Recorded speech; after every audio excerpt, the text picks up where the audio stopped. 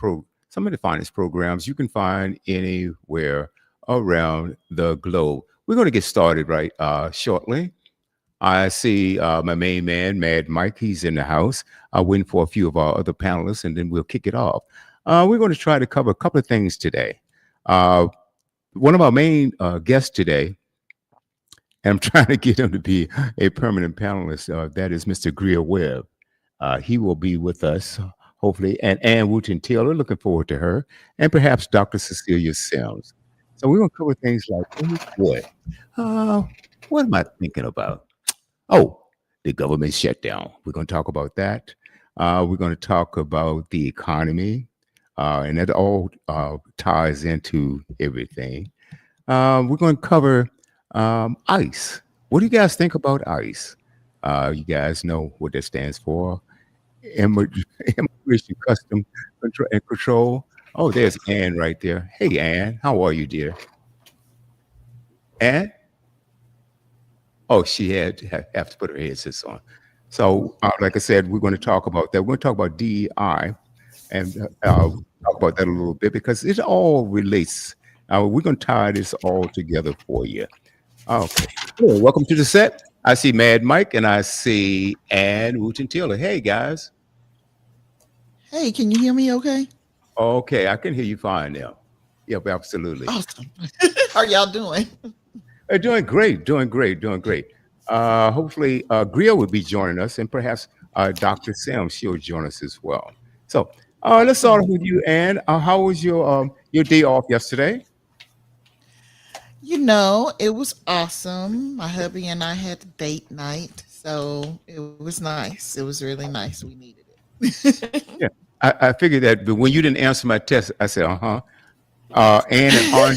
I'm sorry. I'm I, sorry. I should have put on some Marvin Gaye. That's what I should have done. Put on some Marvin. Oh yes, oh Oh, yes, yes, oh yeah. sir. So anyway, How was Mad your Mike. day? Oh, it was good. It was good. Oh, we had an amazing sports show yesterday, and you guys, would love for you to go. If you're listening to us on Facebook Live, okay, you can go there. We're also on LinkedIn and YouTube. The sports show is on all three of Mm. those channels, including the app and the website. So we had two legendary HBCU former athletes and coaches and coach on the show yesterday. That was Mr. Awesome. James, Mr. James the Bird Sparrow, and you guys may not know that name, but Google it. Three-time MEAC champion, and we're going back to the '70s, and his record still hold. He was also, yeah, Wow. he was also drafted by the Indiana Pacers. Yes, Wow. absolutely. And we So also did y'all had, talk about the big scandal that's going on with the NBA? oh boy, we can touch on that for a few minutes, and I'm gonna give you my thoughts on that too, because I know the world has heard about it by now. Oh But yeah. also, Yeah. also we had Mr. Roy, the spaceman Thompson on. Now he was a former athlete. Both these gentlemen went to North Carolina A&T, and Hmm. James in basketball, like I say, his record still stand. And uh, Mr. Thompson, he's also a legendary athlete, and they've gone back to the schools and they've contributed to the HBCU programs. And they're still doing some work there, volunteer work, working with young people, uh, and working with the homeless people, feeding and clothing and things of that nature, public speaking, and it was just fantastic. It was really, really Wow. good. As a matter of fact, they might be two great guests to have on a teen show. Yeah. Sounds Yeah, like it. yeah, absolutely. So that was fantastic. Enjoy that. So James and Roy, if you guys are listening, thank you so much for your appearance there. We've had some really, really great guests on. Oh, and then coming up next Sunday, Hmm. you guys are in for a treat. I would love for the teens to listen in on that show too. We're gonna have PJ and his homies on. Yeah, I was about to say you never did send me PJ's information to get him booked. Okay, I'll get that to you. I'll definitely get. But he will be on. They will be on the Boomerang next Sunday. And guys, Awesome. you are in for a treat. It's gonna be fun. It's gonna be fun. They're all three are 18 years old. They're in college Wow. right now. One's at Rutgers, one's at NYU. I forgot where the third gentleman is from. Mm. But anyway, they're going to be on next week. And now, just to give you a little background, they create their own cartoons. Oh, cool. Yeah, and they do the illustrations, the background. I mean, the dialogue and everything. And all three are characters in their own cartoon. It is funny. It is. Yes. It's really good, Mike. You're going to enjoy that. You're going to enjoy that. So, anyway, Mad, how was your week? It's kind of a mixture of different things. Yesterday was some good and some bad. I went to memorial for a Mm, gentleman named Bobby Brown, who was a Mm. big mover and shaker in the American Legions, not just an individual post, but regionally and district. And I'm not sure exactly how high he went, but he was pretty far up there in the American Legion world. And hmm. he got in a motorcycle accident against a truck, Oh boy. and Mm. he got himself unalived, and very Mm. sad because he was a very magnetic person, very charming person. He Mm. when he walked in the room, everybody just glowed because he was such a fun guy to be around, and he wasn't that Wow. old. I think he was in his late 40s, something like that. Right. So that was the sad part of the day. So I went up the hill to an area called Victorville, which I know, William, you know where that is. Hmm. It's just north of San Bernardino on your way to Vegas. So I went up for the memorial for that, came back down, went to the American Legion in Highland, which is my home post, and they did the pumpkin carving with all the little kids in their costumes. It was absolutely wonderful. Had a great time there. So I started off with the memorial, went to the pumpkin carving, and then went out to the Moose Lodge in Mentone, which is the Moose Lodge that burnt down recently. Mm. And Mm, they were a little underinsured, so they wanted to get their funds up so they can rebuild the building. But they have an outdoor area, kind of a park with a building out there that they can still host dinners and still do cocktails and things like that. So I've been trying to go out there once a week and put money in the coffers there so that they can help rebuild. So that was just one day. That was just yesterday. So I'm a little tired still. Wow. it You were sounds like busy, it really sounds busy. like it. It sounds like it. You Well, have my anyway, guys, condolences, though. I'm sorry about your yeah, friend. really, really, really. I just got some news today too that one of my old friends, well, she did live to be age 92, but Wow. her brother texted me today and said that she had passed away. Just a sweet, Mm. sweet lady, sweet lady. Yeah. Okay, yep. Yeah. And So don't forget we lost June Lockhart as well. 100 years yeah, of a age. June hundred years Lockhart. old. I saw Yep. that. I saw that text. Wow.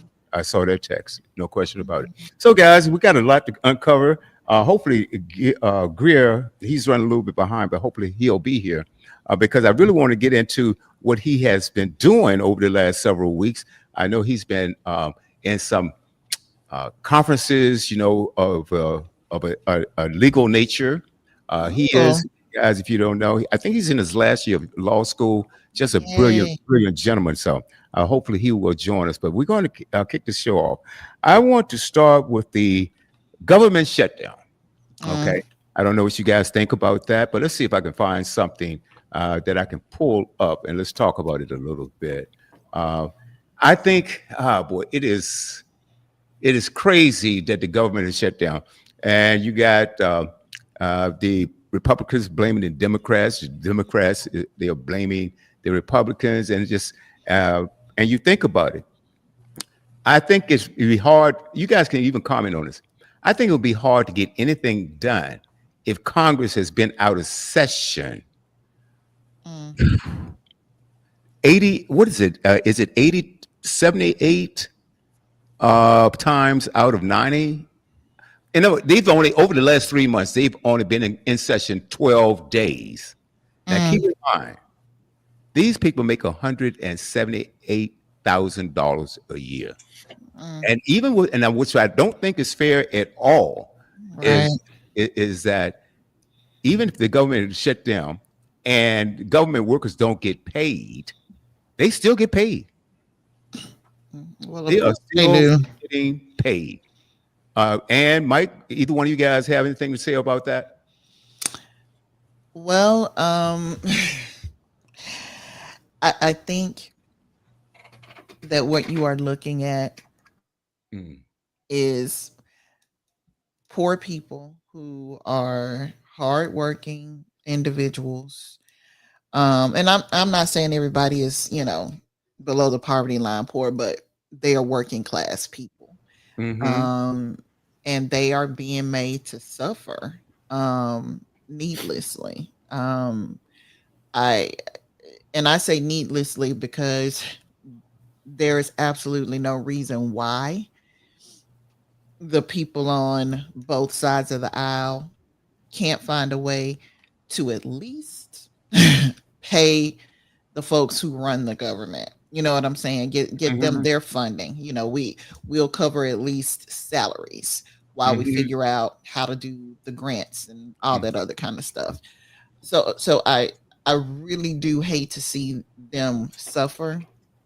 At the same time, um, I I was glad to see there other people seem to be waking up to what the shutdown is about.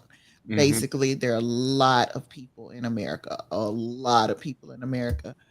who get the Affordable Care Act insurance, or as the Republicans love to call it, Obamacare. Like that's a bad thing. Um, and those subsidies, which make it affordable, are expiring. So people are going to find themselves, and have been recently, while they're looking to figure out which plan is right for them, coming to realize that, wait a minute, I'm not going to be able to afford this insurance. Right. And so, in order to pressure the Republicans to bring back the subsidies that they took away during the big catastrophic failure that they called the bill.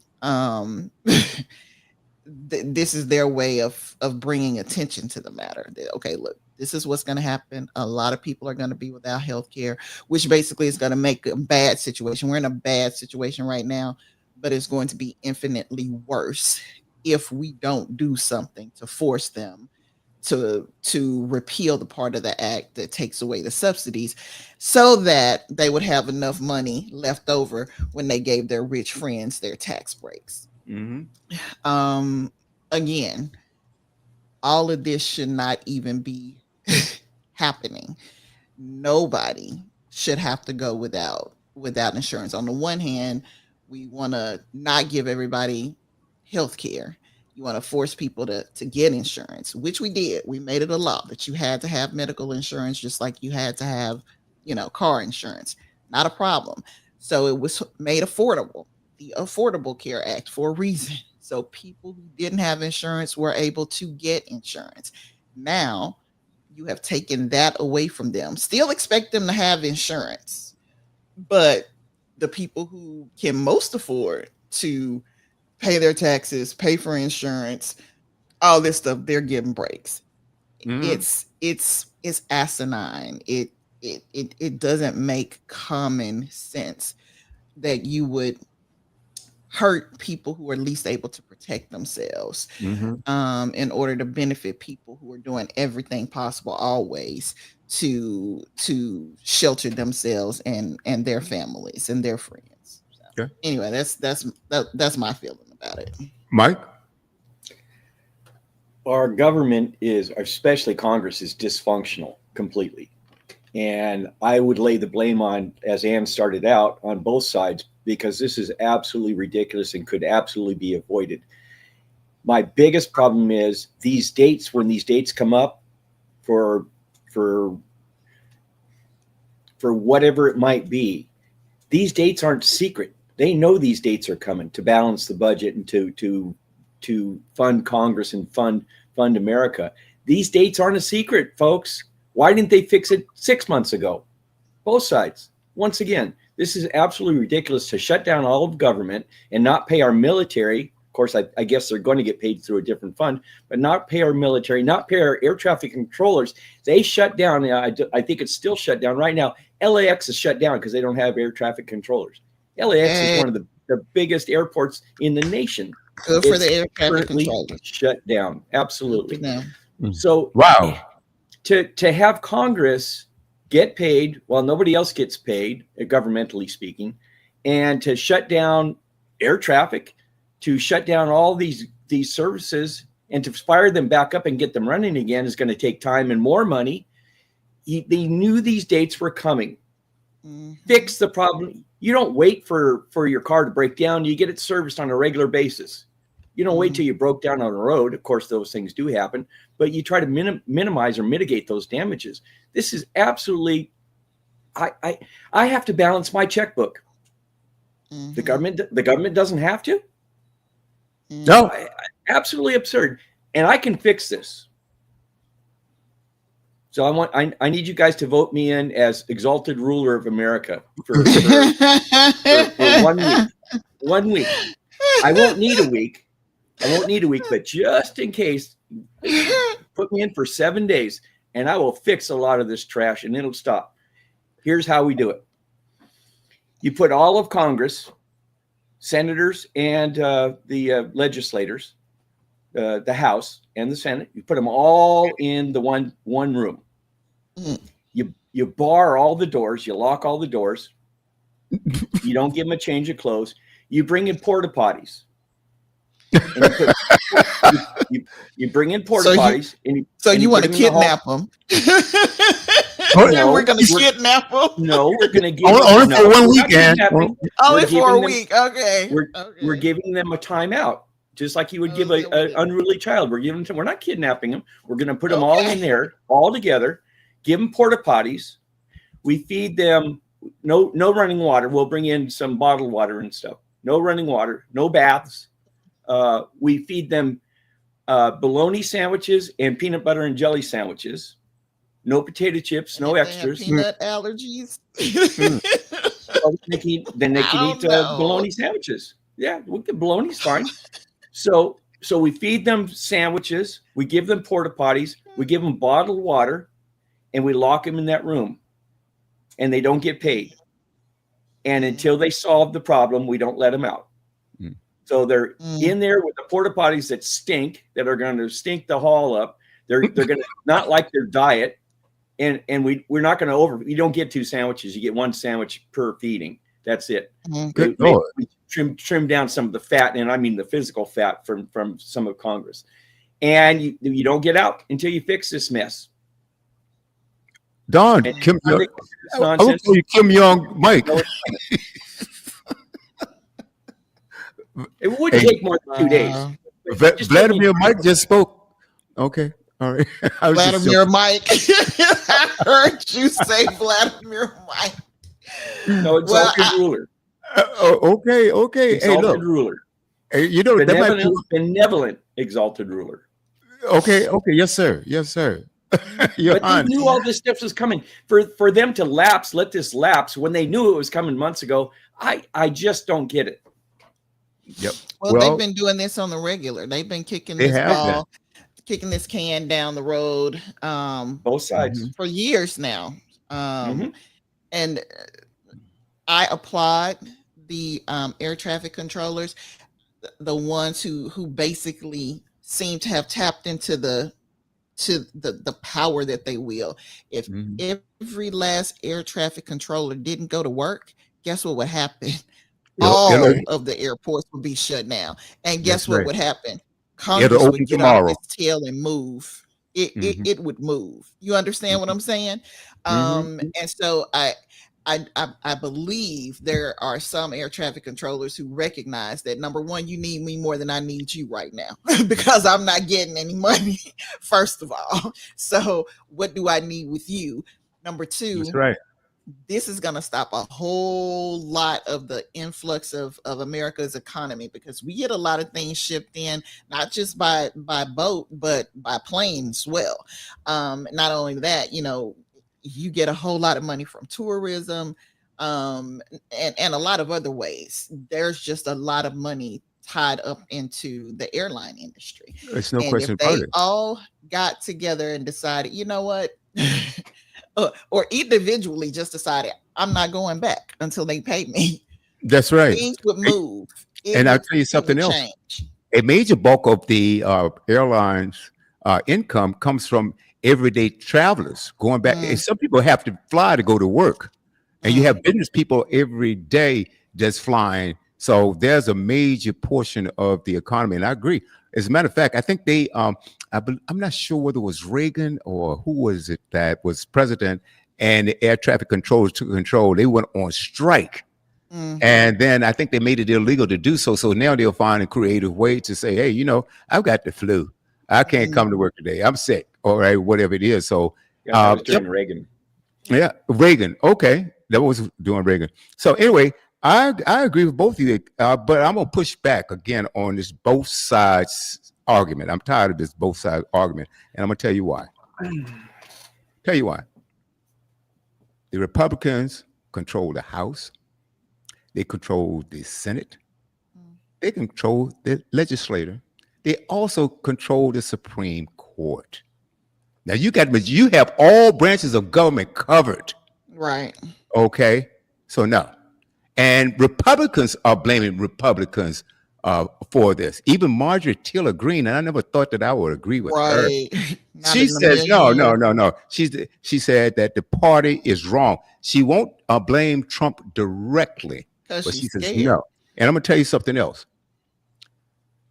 The Democrats are arguing one thing, and this is the only leverage that they have, really, because they don't want to see premiums go up. And they were talking about something about people making $85,000 a year, a family, and their rates are after if this expire, okay, then their rates are going to go up. A family paying $800 a month now, and they're saying they're going to pay $2,500 or whatever it is, or some ridiculous figures are out there. People are going to have to pay an extra $12,000, $15,000, and even $20,000, and they're making less than $100,000 a year.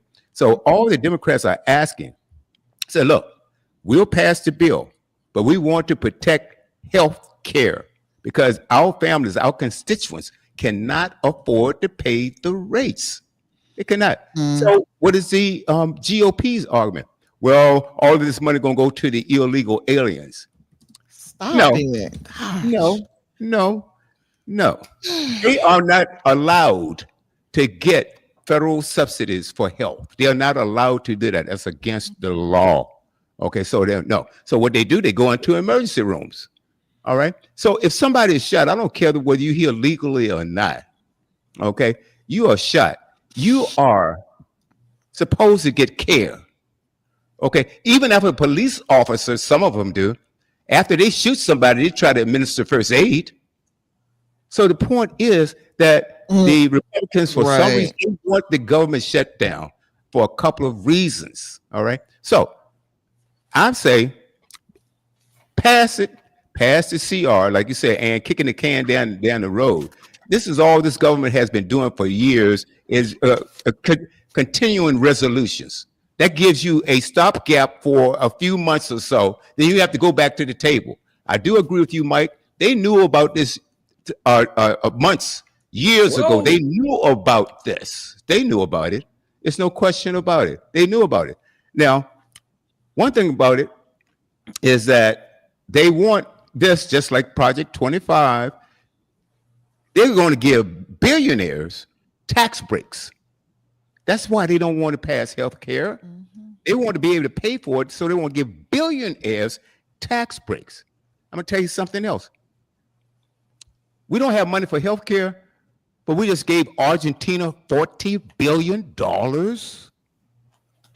Argentina, $40 billion.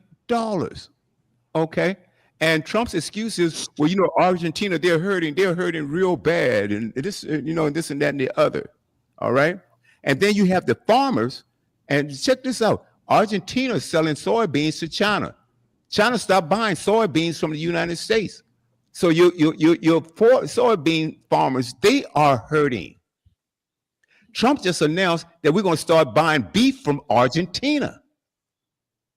Now your ranchers are pissed off. Okay. Now, what about the cattle ranchers? Okay, we're going to buy beef from Argentina? How is that America first? Somebody answer that question. That is the stupidest thing. Well, that's not the stupidest thing he's done, but that's one of the dumbest things he's done. So you're giving our farmers, okay, competitors, $40 billion. Then you are cutting off the supply chain going from our farmers and our ranchers to Argentina, and China is buying it all up. In what sense in God's green earth does that make? All right. You got a Qatar jet. All right. And now he also wants to fleece the United States for $230 million, okay, for his legal fees, which he was found guilty of. And the reason why they aren't pending or he's in prison right now is because he's president. Come on. We can't find the money to go on and add health care. Come on. It makes no sense at all. And I'm going to share something else. I'm going to share something with you guys real quick. So you guys can say, jump in and say anything you would like about that. That's okay. I'm going to add this. Okay, here we are right here. Where is this knucklehead? Okay. All right, let's do it.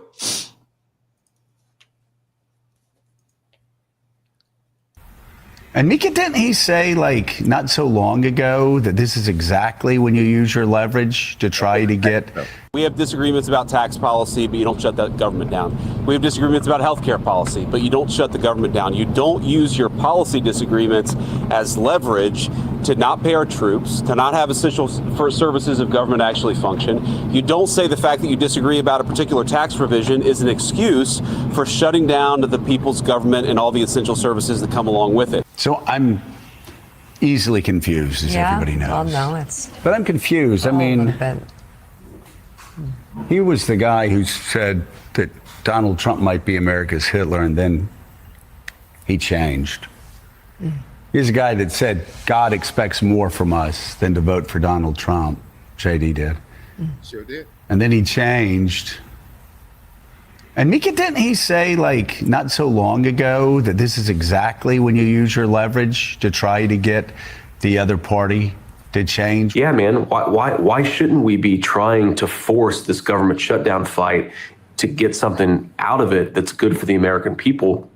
Like, why have a government if it's not a functioning government? What a shock. What a shock. A year ago. That's No, just it. you're right. Oh, I thought that might be a decade ago, 30 years ago. That was like a young or something. JD Van. Oh, wait, he is pretty young. You know, you never know what's going to happen here. You really don't. Donald Trump can decide what he wants to decide. I will say, actually, going through a government shutdown, you know, everybody on the floor would all gather. Well, you know, people will understand that Bill Clinton and would sit there. And finally, like, it occurred to me, I go, dude, nobody's paying attention to this. When the government shut down, they're going to blame Republicans. They always blame. And sure enough, the government was shut down. Bill Clinton broke us politically, got reelected. It worked in his favor. When there was a shutdown, I guess, 2011? Same thing happened. They didn't blame Barack Obama, even though Republicans were like, I'm going to blame Barack Obama. They never did. They don't do that. People, like, working, like, in middle America aren't going, well, you know, they passed a clean CR. It's clean. So that's the problem is Republicans own the White House. Republicans own the Senate. Republicans own the House. They have a lot of power. Republicans own the Supreme Court. People in middle America, when they see government shutdown, they go, wait a sec, we put Republicans in charge of everything, and they can't even run a government. This is not wish casting. This is like 30 years of experience. Republicans always get blamed for government shutdowns, especially when you have the monopoly of power in Washington, D.C. Yeah. Well, and they should take the blame for this. And like Joe said, they own all three branches of government, including the Supreme Court. So like I say, I'm not buying that both sides argument. I'm not doing it at all. Can I ask a question? Yes, sir. My question is the government has never shut down under democratic rule. Is that right? Didn't they just say it did under Bill Clinton and under Barack Obama? Yeah. They just said in the clip that it did, I think. It did. Thank you for making my point. No, well, I don't know what point that is because we don't The know who point is, it controls. happens on both sides, which you Wait a minute, disagree with me every time I say both sides. It's happened on both sides religiously, whoever's in power, and then the government gets shut down. This is not anything new. This happens when the Democrats are in power. This happens when the Republicans are in power. And that's why I'm so upset with both sides, because they knew these dates were coming and they could have prevented it. Both sides could have. Well, guess what? And the Republicans could have prevented by including health care in that bill. Okay, that's because I've just proven to you that we have the money to pay for it. We're sending money to Israel. We're sending money in different parts of the world. We can pay for health care. Are you trying to tell me? I'm going to agree with you. We shouldn't be sending money anywhere until we're whole, until the United States and the people of the United States are in good condition. We shouldn't be. It's nice that we help other nations out. That's good. We should be kind and gentle towards the rest of the world. I'm all in favor of that. But we got to make sure our people here are taken care of first. And your argument that the illegals don't get any kind of healthcare money is garbage. Can I finish? All right. But I didn't say that. That's not what I said, though. Yes, you did. You said it's illegal for them to get any kind of medical help. No, I didn't say that. Can't get in on the system. No. And what did I say? I said they can't have these government programs, like they can't have government subsidies for that. Okay. And what's the workaround? The only way they can, if they're dying, Mike, or sick, is to go to the emergency room. But they can't have these programs or these subsidies. Will you let me speak, please? But yes, I will, sir. But don't misquote what I said. That's all I'm asking. That's all I'm asking. The floor is yours. You're claiming that illegals won't get any kind of money from the United States, medically speaking. That is your. That's not what I said, though. And that is your inference. When a pregnant lady goes to the hospital that's an illegal, she gets her care, like you just said, which is fine. I don't have a problem with that. Or somebody gets shot and they go to the hospital to get care. I don't have a problem with that. But who pays for that, William? Well, what are we supposed to do? Let them die? Who pays for it? What I'm saying to you is they go to the emergency room. Of course, I'm not going to let you off the hook on this. Who pays for it? I think we talked about that particular issue last time, because I distinctly remember saying that if we were in another affluent country, like for instance the UK or somewhere like that, and we got shot or hit by a car or whatever, that we would receive health care and we wouldn't get a bill, because that's the way healthcare works there. So it only makes sense in affluent nations, especially, that you have a healthcare system where the people pay into the system and everybody gets healthcare. The other affluent nations can do it. We can do it too. And I remember, Mike, you were adamantly against that because you said they have long wait times and their it doesn't. Is horrible. So I think we already had this fight last week. So what we're going to talk about now. I want to hear from William. I want to hear who pays for it. Well, I already told you. Somebody's got to pay for it, and we pay for it. But I just said it. I just said who paid for it. I just said it. So William didn't say it. I said people, it. The taxpayers. The taxpayers pay for it as we should. Okay, but there has to be some clarity here. We're talking about Medicare. We're talking about the Affordable Care Act. We're talking about government subsidies that Americans are allowed to have. They don't get any of that. What I'm saying to you is that illegals aren't allowed to have that. So what is their only? They get it in a roundabout way. Well, guess what? If little Billy's here, emergency room, and he's here illegally, and he's running a high temperature, where do they go? They don't go to the doctor. They go to the emergency room. Well, guess what? Everything they do goes through emergency room, and it gets paid for by the taxpayer. Mike, so that money does come from the taxpayer. Okay. Oh, what I'm saying is that's their only remedy. Of course, it has to be paid for. Of course, we pay for it. But what I'm saying to you is, and so you sparsed my words by saying that I said that they don't get any kind of health care. I'm saying is the only health care that's available to them. Okay, this has nothing to do with the bill on the table or what the Democrats are proposing. Their only alternative is if they're shot, then they. Okay, well, guess what? Let me go and just die. Let me just go and die on the street. That's not what I Okay. said. I'm just saying, I'm Okay. asking you to So- verify so- who pays for it. Well, and that's obvious who pays for it. The point that I'm getting at is that you're saying that I'm saying that they are not legally allowed to get Medicare or the Affordable Care Act or I any understand. government subsidized program. That's what I said. I didn't say that they don't get any. They don't get any type of health care. Or I I'm not agree denying with you. that. They don't get those subsidies. So- but they get the subsidies, not necessarily directly, but they get it in a roundabout way. Because how much money do you think the American taxpayer pays with regard to costs of hospitalizations or people going to the ER that are here illegally? How big do you think that Not bill nearly as much is? as other Well, forms. then you work on something that they can get the same health care that we can get. Then that's the only alternative, make it cheaper. The point that I'm getting at is they are not allowed. So let's make sure that you're clear on what I said. I said they are not allowed for the government subsidized programs, period. I get that. I'm agreeing with you. You're right. You're right. They don't get those subsidy programs, but they get health care that's paid for by the American people to the tune of billions of dollars. Okay? You're inferring by what you're saying that they don't get health care. Yes, they do get health care, but That's not not through what I'm those inferring. subsidies. Mike, They this get is it the other way around. They Okay, go in the let me- back door. well, let me just show you to your face. That's not what I said. That's not what I said. We're talking about two You're different inferring. things. You're I'm not inferring inferring that they anything. never get No, any kind I of don't- tax subsidy.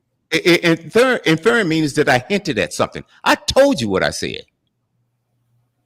That's what I said. So You let's didn't move tell- on. You didn't tell the whole story. You didn't say I that told they, the whole story. but they still get. They're still on taxpayers' roll. Mike, we've covered this for weeks.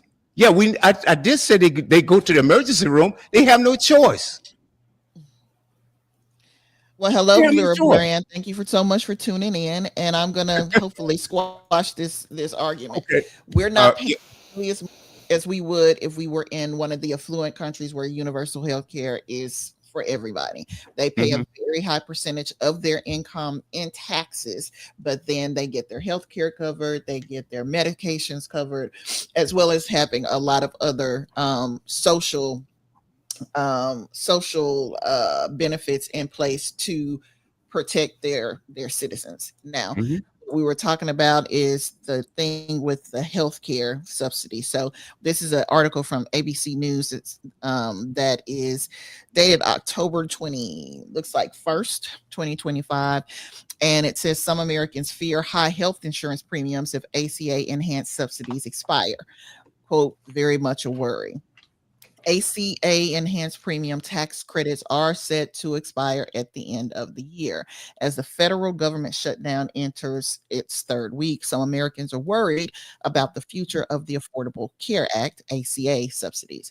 The subsidies, or premium tax credits, help lower or eliminate the out-of-pocket cost of monthly premiums for those who purchase insurance through the health insurance marketplace. They were enhanced during the COVID-19 pandemic and are currently set to expire at the end of 2025.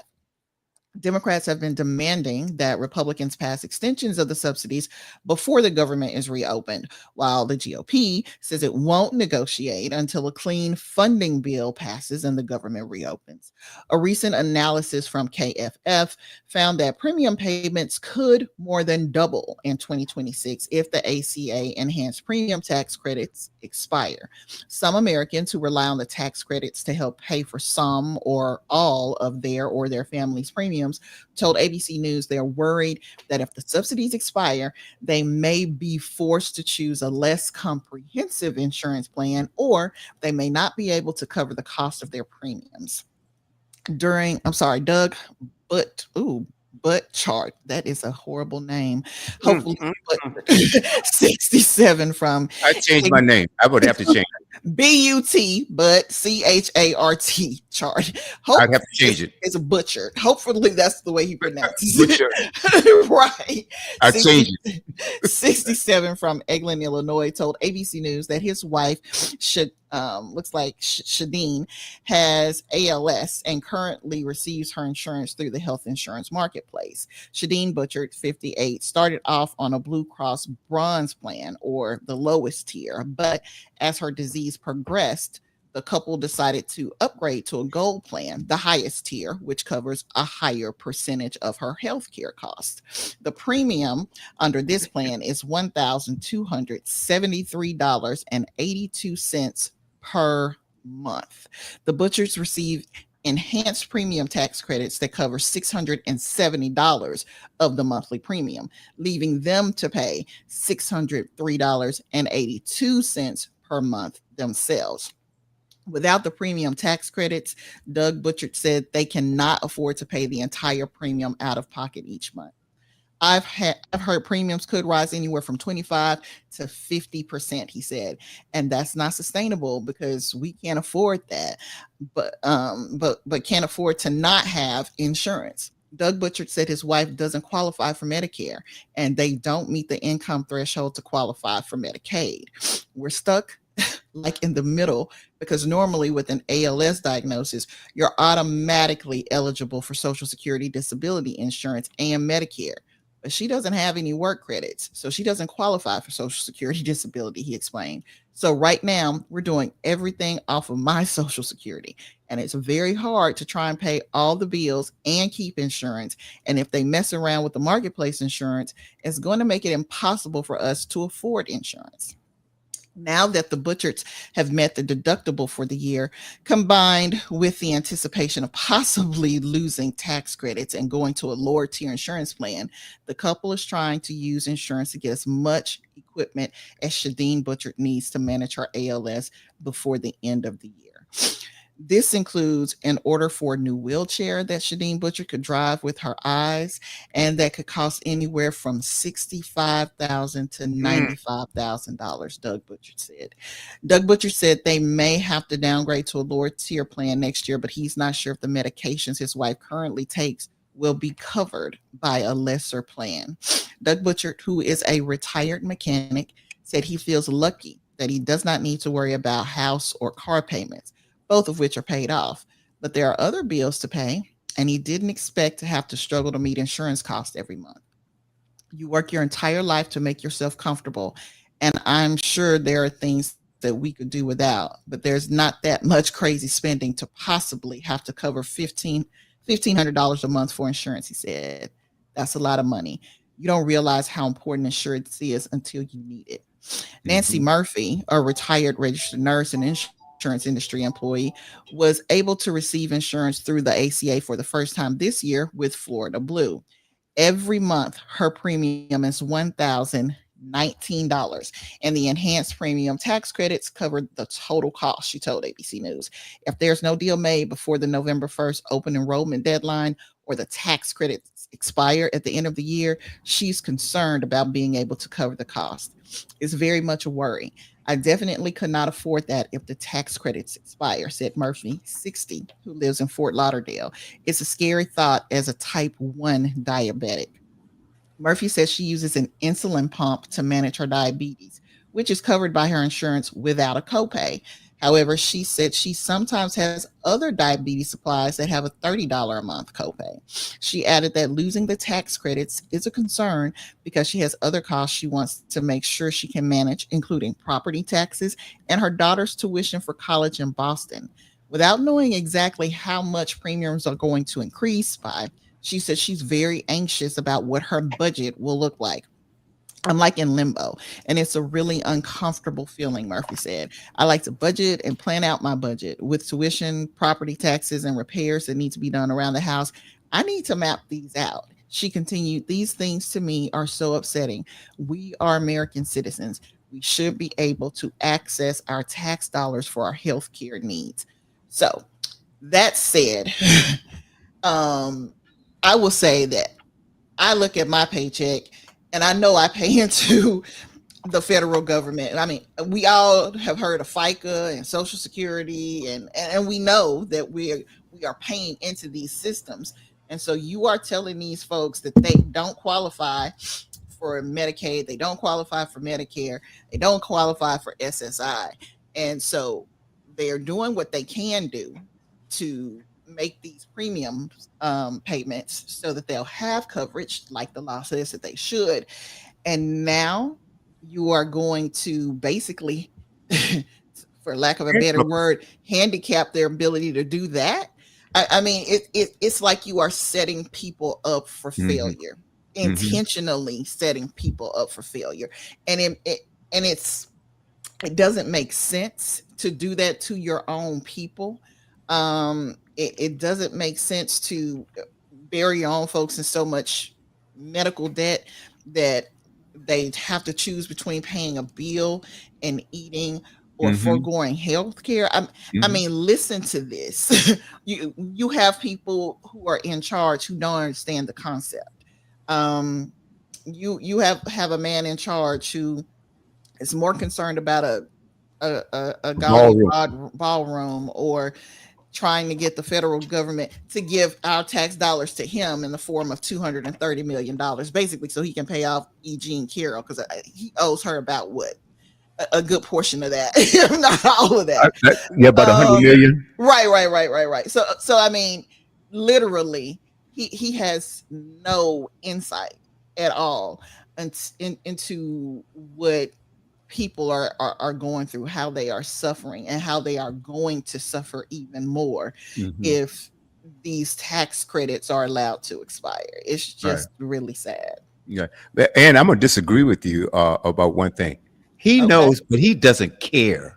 That's how cruel he is. But keep in mind, he cut off his own nephew's health insurance. That's true.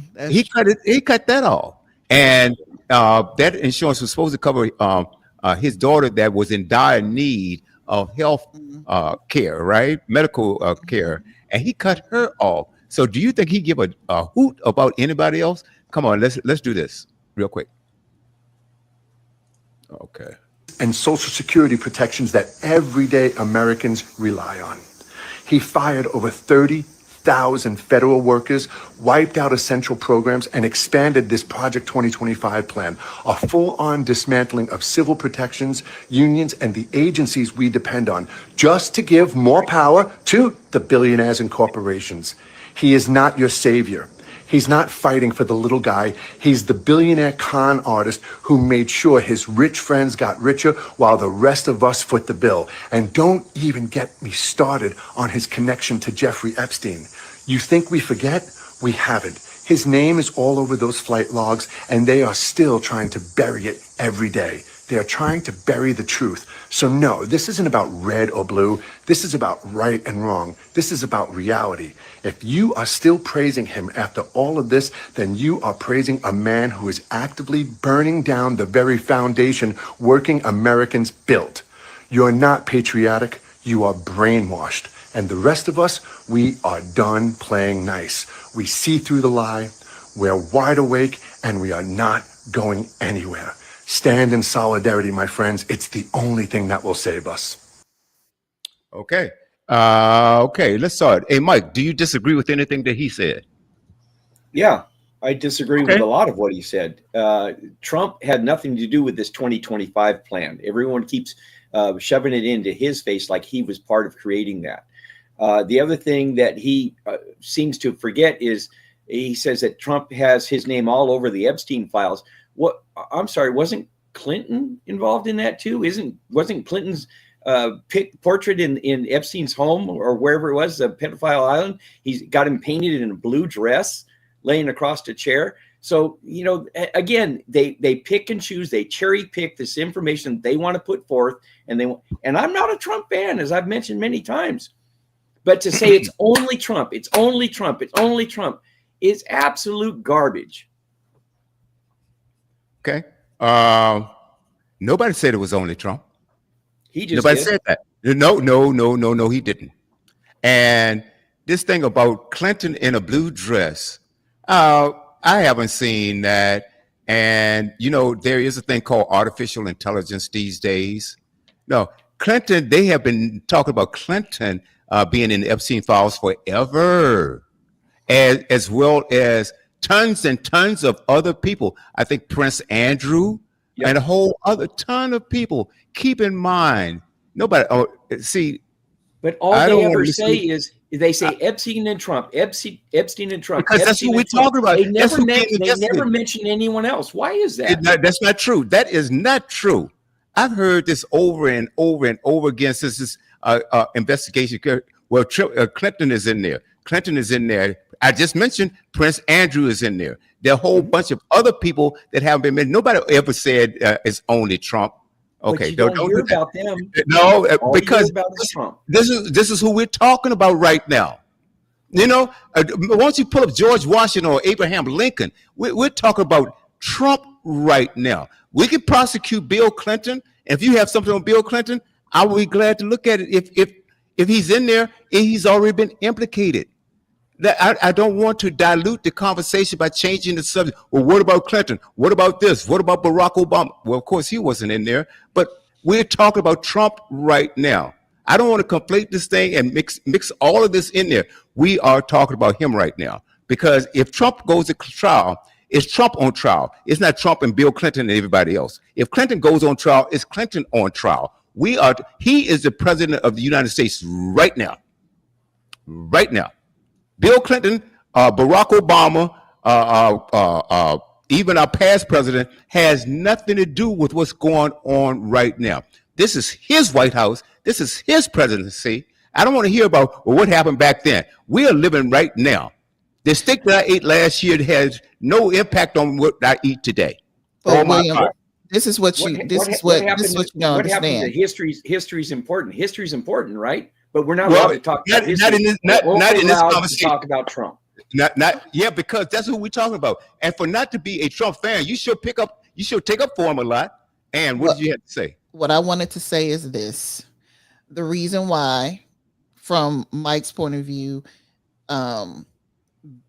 Bill Clinton being in the Epstein files is important is because that's what the Republican side has been pushing this whole time. Cash Patel, all those people, they've been harping on Epstein because what they expected was to see a bunch of Democrats in there. This is the Pizzagate scandal thing where they felt like Hillary Clinton was taking some children to some pizza parlor or whatever to be molested, that type of stuff. They expected it to be all about Democrats. Because their QAnon conspiracy thing is that all Democrats are pedophiles and all sorts of crazy stuff. And so here we are with Jeffrey Epstein, who is the pedophile king, so to speak, and who all was a part of this. So Bill Clinton is suspect number one on their list automatically. Bill and Hillary Clinton, they expect them to be there. What they don't expect or didn't expect was for Trump to be there. Why? I don't know. Everybody knew that Trump and Epstein had a close relationship. It was as you know, as much a fact as it was about Bill Clinton being pictured with Jeffrey Epstein. And so now you've got the people who were pushing this narrative, Cash Patel, most especially, who were pushing this narrative about the Epstein files, wanting them to be released when President Biden was in office. And now that you've got Trump in office, all of a sudden he's the leader saying there's nothing there. And so is the Justice Department, after claiming that they were going to release everything, that the stuff was on their desk and that they were reviewing it. So this is why we must now go back to the Bill Clinton thing, because if we don't go back to the Clintons being the ones that are the pedophiles hanging out with Jeffrey Epstein, you got to look at what's going on right here, right now. And what's going on right here, right now is that the people who were pushing for this, the Cash Patels of the world, are now the ones covering it up because their boss is the ring leader. Some little girl, supposedly from his Mar-a-Lago, whatever you want to call it, resort or whatever, ends up with Jeffrey Epstein. Trump says he found out that he was stealing them, and now they're not friends. That's why they stopped being friends. Really, he was kidnapping girls from Mar-a-Lago and taking them to his island, and that's why y'all stopped being friends. After you noted in a birthday card that y'all had similar taste in Jeffrey Epstein, like some young. So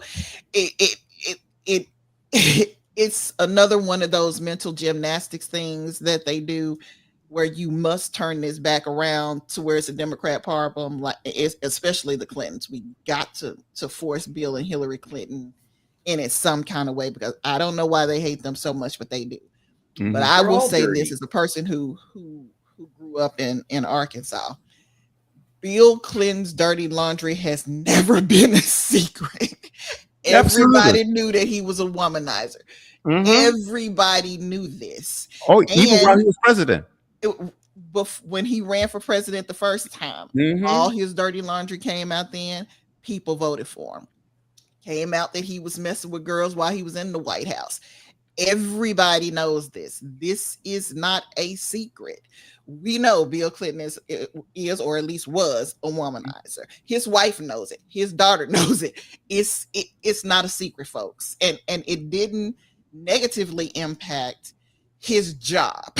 Okay. He was a horrible husband, a horrible father, but he could run a state and he He could was a run a great country. president. Right. He's awesome as a politician, horrible as a husband, horrible, as a family man. That much is true. You say the same thing. Some people will say the same thing about John F. Kennedy, but knowing about him and Marilyn Monroe. Horrible husband, but he was a great politician. Now, flip the script with Trump. Horrible husband, horrible politician. There's nothing redeeming there. He just is what he is.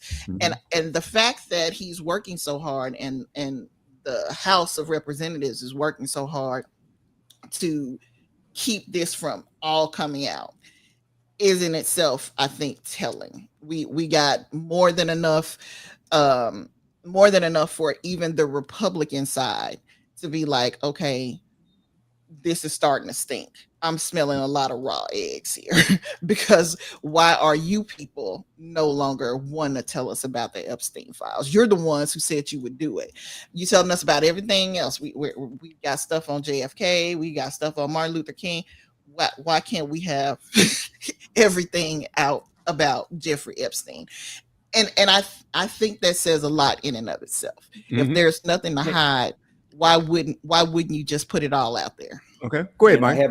I have a question, and I think I brought this up last week. I don't remember or not, but if there's all that damaging information that's all about Trump in the Epstein files, who had control of it for the 4 years Biden was in office? And why didn't, if they wanted to go after Trump then, why didn't they release it? If he's got dirty laundry in the Epstein files, which if he does, then they should release both. Clinton, Biden, I don't care. The dirt is dirt and history is history. So I'm not protecting either side, but it doesn't make sense to me that Biden had control for 4 years and could have released all that information, in particular if it was damaging against Trump. Why didn't that happen? Because they are not focused on conspiracy theories. They don't care about that. We don't care about that. Let's just I'm talking about facts, not conspiracy. Facts. No, Jeffrey Epstein was arrested and he died. Now, are there a lot of people who are suspicious about that death? Of course. But at the same time, when you are people who deal with proof, you look at what you can prove. Can't prove that it was something other than a suicide if it's not there. Then Ghislaine Maxwell, she's been to court, she's been convicted. As far as the Democrats were concerned, this is a done deal. We don't care. What we care about is health care. What we care about is the state of the republic, about our rights being eroded. What we care about is immigration. We care about that type of stuff. We care about immigrants being deported without due process. We don't care about something that's been over with for years. Jeffrey Epstein is dead. Ghislaine Maxwell's in prison. That's a Republican issue. What's the deal about pushing Trump? So if it's a dead issue, why is everyone climbing up the ladder to beat on Trump? Tell me that. It started with y'all. Let me ask you now. It's important now when Trump's in office, but it was not important for 4 years when Biden was in office. What I'm trying to tell you is it started with now? y'all. If it's old news and it's all forgotten, why is it important now? Ask the Republicans. Because I tell you what, you need to ask Trump, why did he run on it? He ran on it. He's the one that lit that fire. Why don't you ask him? And it wasn't just him. I it was think the it all Cash should be Patels and all the other He Republican said he's going to release it, right? That was y'all doing that. That wasn't the Democrats. That's why the Republicans saying that. That's why his constituents are so pissed off with him. By the way. Well, okay. Anyway, uh, Okay, that's well, why I'm his sorry. constituents. That was the people who are the folks who have the podcast, and I forget all their names. There's so many of them, but there were a lot of those people when Biden was in office complaining about the Epstein files. President Biden wasn't concerned about the Epstein files. I wasn't concerned about the Epstein files. I don't think William was concerned about the Epstein files. In general, Democrats were like not concerned about Jeffrey Epstein, but these people were harping on that for the whole time, harping on it. Okay, and they said once they got in the White House that they would release these files. That's right. why it wasn't released by Biden. He didn't care. None of us care. The problem is that now that Trump is in office and they got in office talking about this. Miss Bundy was on Fox News talking about the file was on her desk and she was going to review it. Kash Patel said that that this was a problem with the Epstein files. They were going to release these files, blah, blah, blah, blah, blah. And so the Republican base has been expecting this. Then Trump gets in office, Kash Patel's at the FBI, Pam Bundy's at the DOJ, and suddenly they do a complete 180 and they're not releasing anything. Not the Democrats who blew up, the Republicans blew up. The Candace Owens of the world blew up, upset that they haven't released the Epstein files. That's right. So now the Democrats, true enough, have jumped on the bandwagon because why not? Hey, You know what I'm saying? Why not push this? All your base is upset because you made this promise to them and now you're covering it up. Yeah, we'll give them what they want. We would definitely have a hearing to uncover what's going on with the Epstein files. Oh, but so the Speaker of the House decided, nope, we're not going to do that because the Democrat who would give you the votes you need hasn't been sworn in, and I'm not going to swear her in so that y'all can force this vote. That's what's going on. That's right. It's not that we care; it's that y'all care so much, Right. and it's safe to be a I've got to flashpoint. go. So you I've gotta guys go back to the Epstein again. And you guys are maybe missing my point, so let me be really clear. Okay. I think all the information should have been released way back when Epstein died. All that information should be released. If there's any politicians that are in charge of running, especially big government, such as presidents, if there's any dirty politicians that have something to do with Epstein and his pedophile island and all that going on, we need to know. I want to know.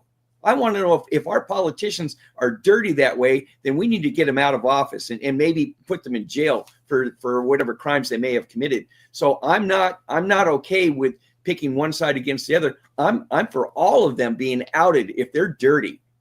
And I agree with you, how I feel about politicians, liars, cheats, thieves, and whores. Release all the information. Let us as the public decide who's dirty and who's not. Don't guard anybody, Trump or Clinton, either way. Release the information. Stop messing around. Okay, I agree with that. I agree. What I don't agree with is that you say, well, why didn't Biden do this? Why didn't Biden? Because keep in mind, in 2019, when Epstein was convicted, who was president then? It was Donald Trump. Okay. Biden didn't take office until January of 2021. So if you're going to say, well, why didn't Biden? Why didn't Trump do it back then? But see, this is what happens. This guy lied so much, and he was asked, okay, we're doing an interview. Are you going to release the JFK files? He said, yep. Are you going to release the Epstein file? I mean, the MLK files. He said, yep. He said, are you going to release the Epstein files? He said, yeah. And then if you look at a longer clip of it, he said, well, yeah, maybe, there could be a lot of people that get hurt there and blah, blah, blah. He kind of drew back a little bit. But he ran on that. And so anybody in the right mind, whether you're Republican or Democrat, says, oh, wait a minute, hold it. I forgot about that. Okay. Well, yeah, you ran on it, then fulfill your promise. And this is one of the few promises that he has broken that his base has gotten upset with. His base has been pushing this. We want the Epstein file. There's a ton. I want him too. Okay, yeah, that's fine.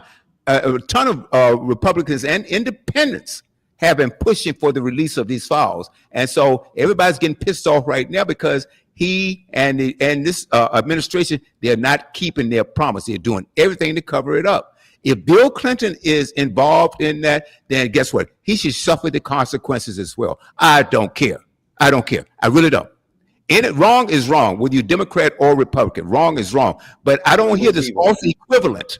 I don't hear a false equivalent. That's why I'm so against this two sides argument, is because it's not equal on both sides. Yeah, I stole a loaf of bread out of a convenience store, but Mike, you robbed the bank. Now, which deserves a harsher sentence? The bank Punishment rob. should fit the crime. That's exactly right. This is what I'm Punishment should fit the saying. crime. And I'm telling you what, you find more criminals right now. You can look, you don't have to go, I tell you what, you don't even have to go too far. Just go into this current administration. You've got crooks and criminals in this current administration right You've got now. them in all of Congress as well. Well, most of those are Republicans. And check it out. I don't think so. I think it's No, you don't know, equally shared. You don't know. But I tell you what, yes, there are. The pedophiles right now, you finding out they are mostly Republicans. Okay? Where did you get that from? You got oh my God, what's this guy that ran the largest Medicare scheme in the world? And his name, bald head, white dude. What is his Ron? Is it Rock? He got fined 1.7 billion dollars. $1.5 billion. So you're talking about one guy. Where did you get this facts and figures that say most all these pedophiles are Republican? Where did you get that from? No, I didn't say. I'm talking about guy. If you heard what I said the guy Ron Johnson. He was in charge of this corporation, and they will fine $1.7 billion for Medicare fraud. That's a Republican. You said most of the pedophiles are Republican, is what you said. Did I hear you incorrectly? What I said. That's exactly what I said. Where did you get that information from? Because of all the reports that I'm getting, because I can count. I can count. You're listening to CNN and MSNBC. Is that where you don't know what I'm listening to? From? Don't presume anything that I check out many. Where did you get it from? Many sources. It's been fact checked. Sources. Okay. Different sources. Okay, whether it was the New York Times, whether it was CNN, whether it was MSNBC, okay, a bunch of different news articles, newspaper articles. Yeah. Look, that doesn't make it so because somebody said it happened. Doesn't make it so. One of his survivors, Steve Bannon. Didn't Steve Bannon go to prison? Oh, yeah, how about there's dirt on both sides? There's evil on both sides. That's what I keep trying to get through to you. I didn't say it wasn't, but I'm saying it's a false equal. You're trying to make it seem like that it's equal, and it's not. You're trying to make it all one-sided, and it's not. I'm not. I didn't say that. I never said that. You're implying it. I didn't imply anything. Stop that. I never said anything, Mike. I didn't say that.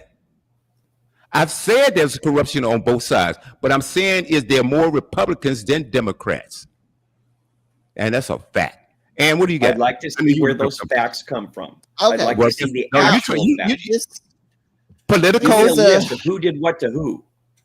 Oh, I don't have time to give you a list right now. Article from the Washington Post that was written July 19, 2025, how MAGA influencers put pressure on Trump, Bundy over Epstein. When you are a true friend, you tell the truth, even when the truth hurts, said podcaster Liz Wheeler. Even when the truth has consequences, even when it's uncomfortable. That's a quote from her. When conservative podcaster Liz Wheeler visited the White House along with other MAGA influencers on February 27th, Attorney General Pam Bondi handed her a binder labeled The Epstein Files, Phase 1. Wheeler hoped the contents might be the first step toward finally getting to the bottom of the deceased sex offender's elite inner circle and who else might have been involved in wrongdoing. But much to her frustration, the binders mainly contained previously released material. Recently, as a heated national debate over the Epstein files erupted, Wheeler's phone was blowing up with associates asking her why the administration brought the group to the White House in the first place. This month, Wheeler has been using her platform on the Liz Wheeler Show to lambaste Bundy and accuse her of misrepresenting the Epstein files to gain fame on Fox News. I'm speaking for the base here, and that the base associates the Epstein files now with justice, Wheeler said in a recent interview with the Washington Post. People feel like there's been something hidden from them, which triggers people, and rightfully so. Wheeler, 36, is one of many MAGA-aligned influencers who have collectively voiced outrage over the administration's handling of the Epstein files after Donald Trump and his allies for years nurtured theories that elites had helped cover up an extensive child sex trafficking ring. The same army of new media personalities and podcasters who helped return Trump to the White House and has been rewarded with access turned sharply in recent weeks against the administration's strategy, putting the president into a political thicket with his own base.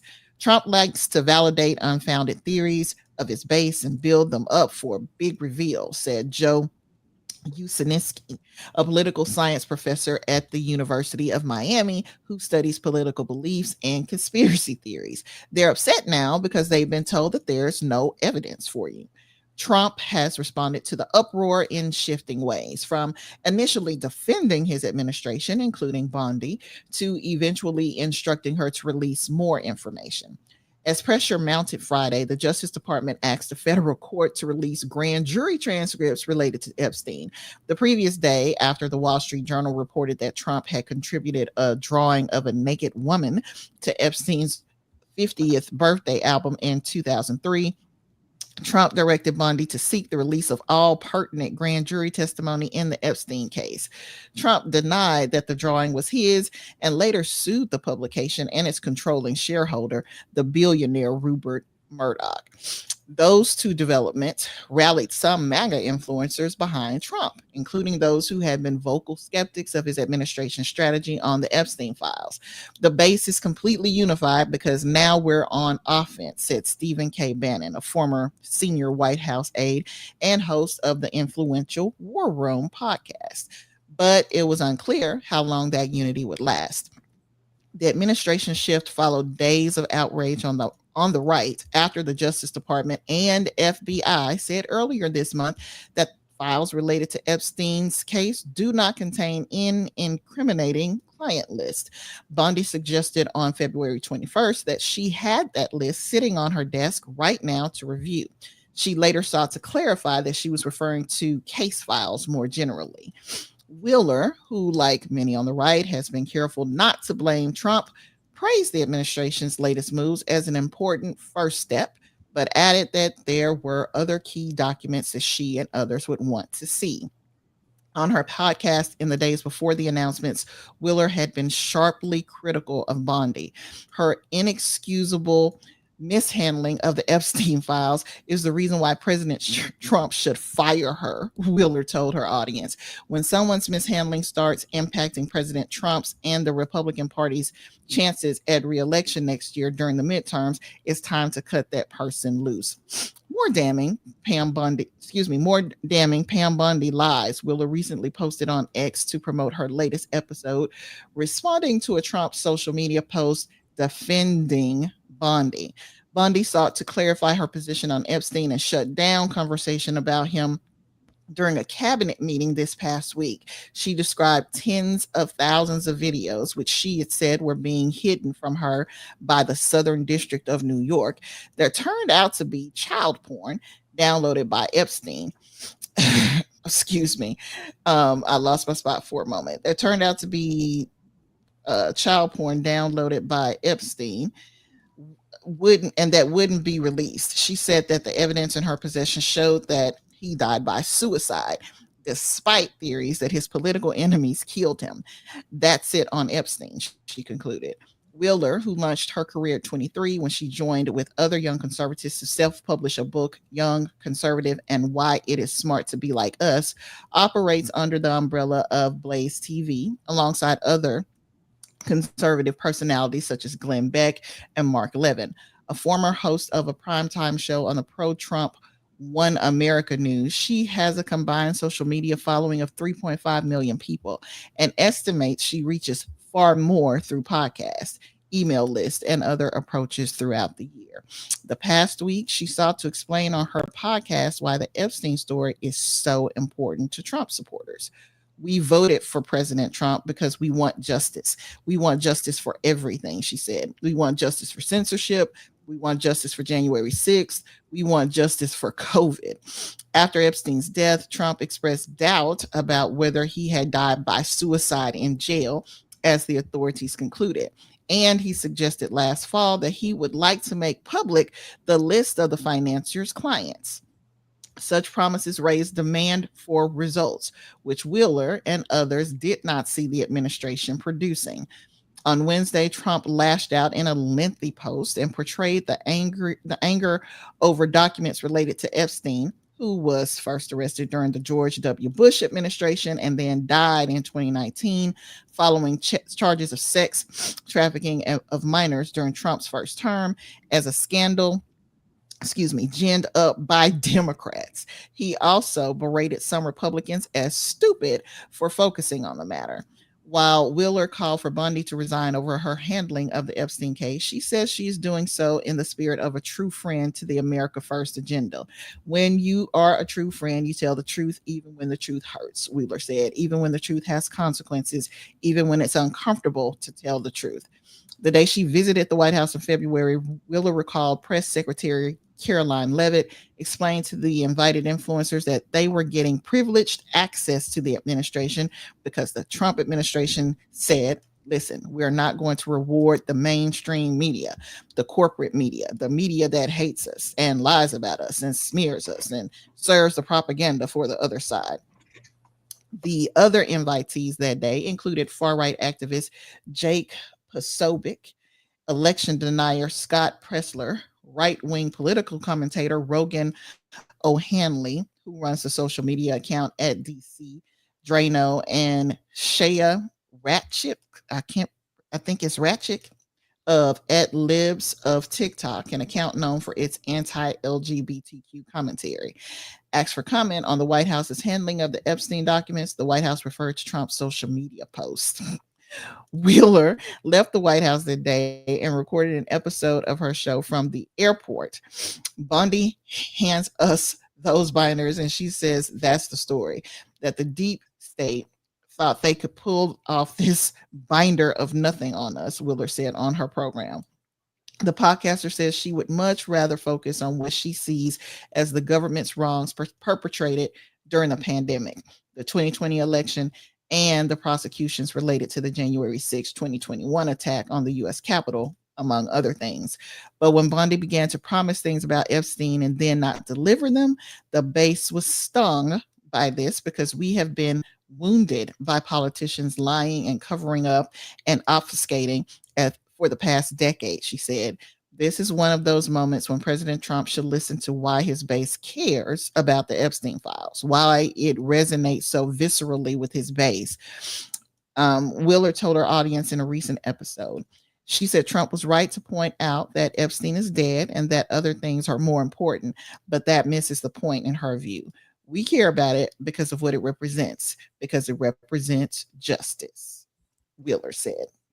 So, again, this all comes back to Trump and his base and his followers pumping up a conspiracy theory and then not delivering when they have power. This doesn't have anything to do with the Democrats, except the Democrats are, if you want to call it instigating. You demanded this, you're upset because you didn't get it. Okay, where are the files? Why aren't you releasing them? What's the problem? And who can blame them for it? I mean, if it means that much to them and you won't deliver it to them, why? It seems a little suspicious. Do I care? I care about children who have been abused and neglected because I used to represent the state to sue people who had abused and neglected their children.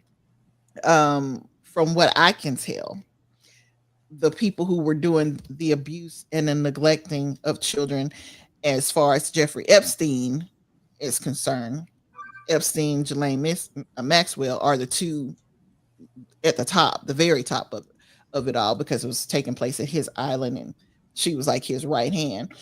Well, it's been handled concerning them. Are there other people who probably participated? Yeah.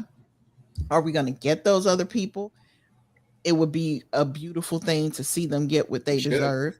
However, however, you know, it's amazing that one of the young ladies who was an accuser came up dead. They said it's suicide, but her family members, one of them did an interview and said she told them, if they ever tell you that I committed suicide, it's a lie.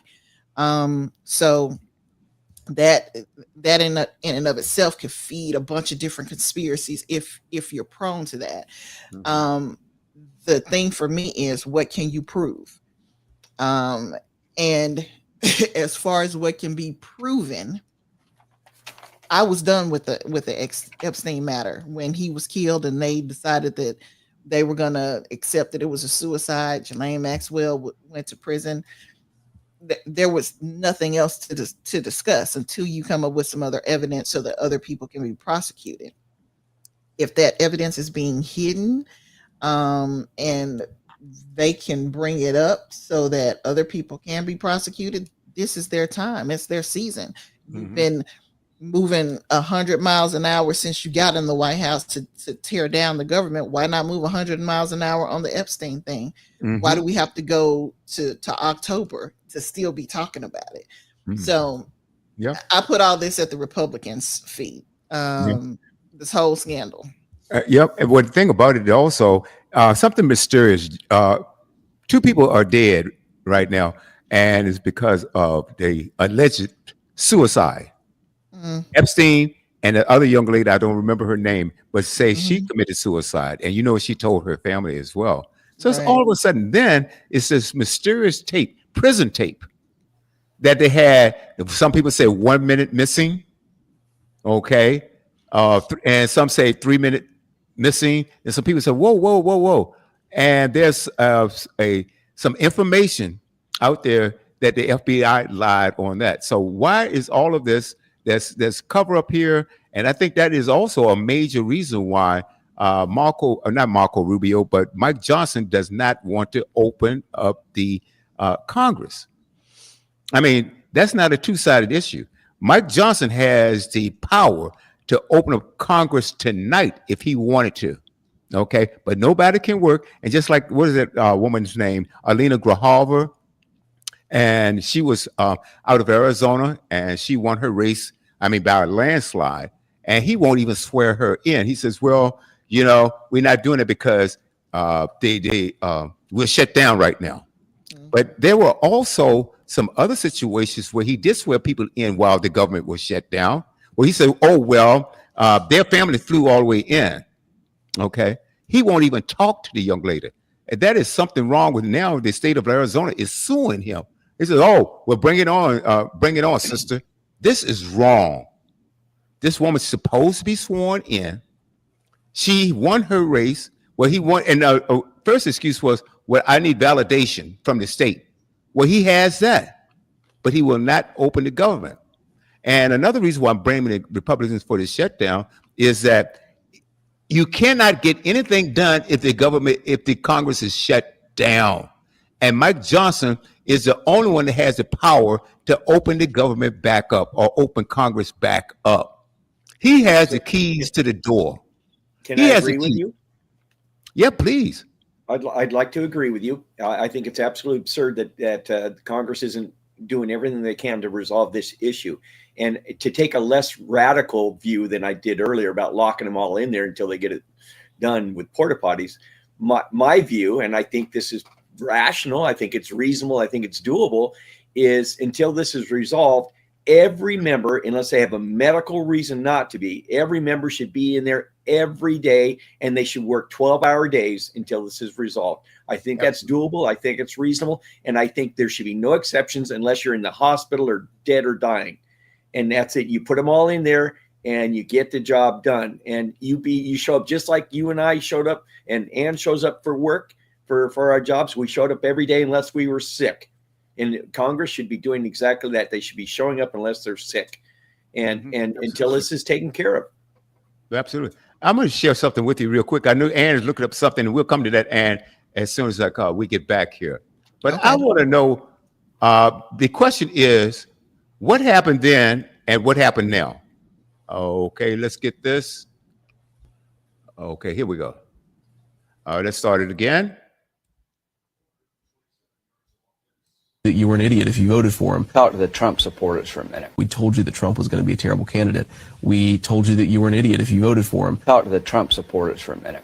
I don't know who you are, and I don't know why you like this guy. He's a race-baiting, xenophobic, religious bigot.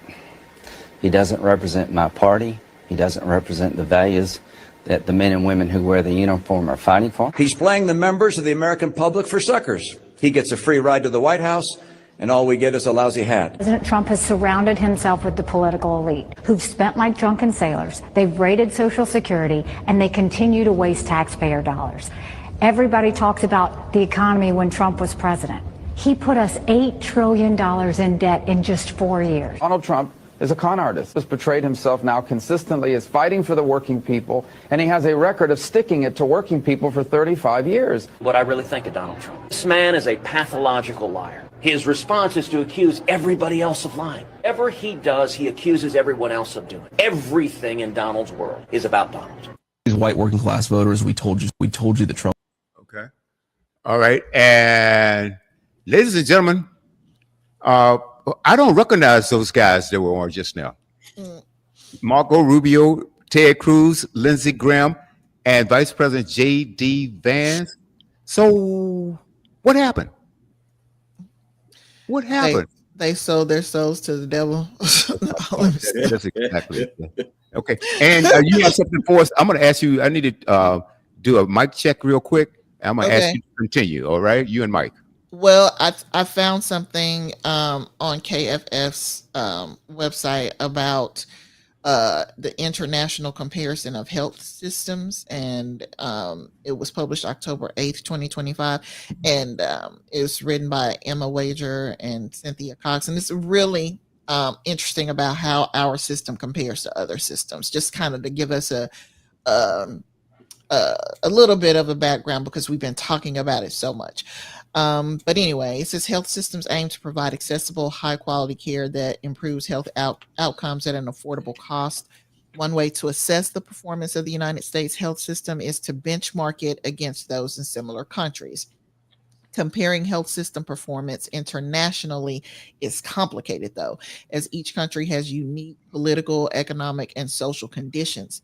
Because health spending and health outcomes are often correlated with a country's wealth, this chapter focuses on comparisons between the U.S. and other large and wealthy OECD nations, specifically Australia, Austria, Belgium, Canada, France, Germany, Japan, the Netherlands, Sweden, Switzerland, and the United Kingdom.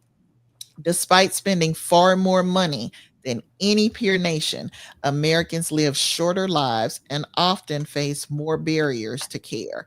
Some of this disparity can be attributed to aspects of the U.S. health system, but socioeconomic, health, and other factors also play a role. From the late 19th to mid 20th centuries, many nations created health insurance systems that aim to make healthcare accessible and affordable to their population. Some countries, like the United Kingdom, have health systems that are largely publicly funded and operated, while other countries like Switzerland have a compulsory private insurance system. Many countries' health systems include a mix of private and public insurance. Regardless of financing mechanism, the health systems in many countries that are similarly large and wealthy as the U.S. are largely compulsory, resulting in universal or near universal health coverage. During the same period, the United States took a different approach, relying on a largely voluntary private insurance system that resulted in a substantial share of the population being uninsured.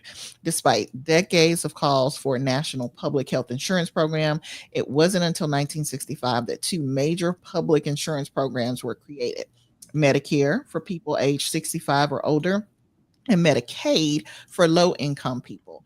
And it was not until the Affordable Care Act passed in 2010 that the U.S. health system was expanded to create near universal eligibility for health insurance coverage for lawfully present residents. Even so, the U.S. health system is still largely voluntary, and millions of people in the U.S. continue to go without insurance, often citing costs as a barrier. Wealthy countries, including the U.S., tend to spend more per person on healthcare and related expenses than lower income countries. However, even among higher income countries, the US spends far more per person on health. Over the past 5 decades, the health spending gap between the US and peer nations has widened. In 1970, the US spent about 7% of its GDP on health, which was similar to spending in several comparable countries.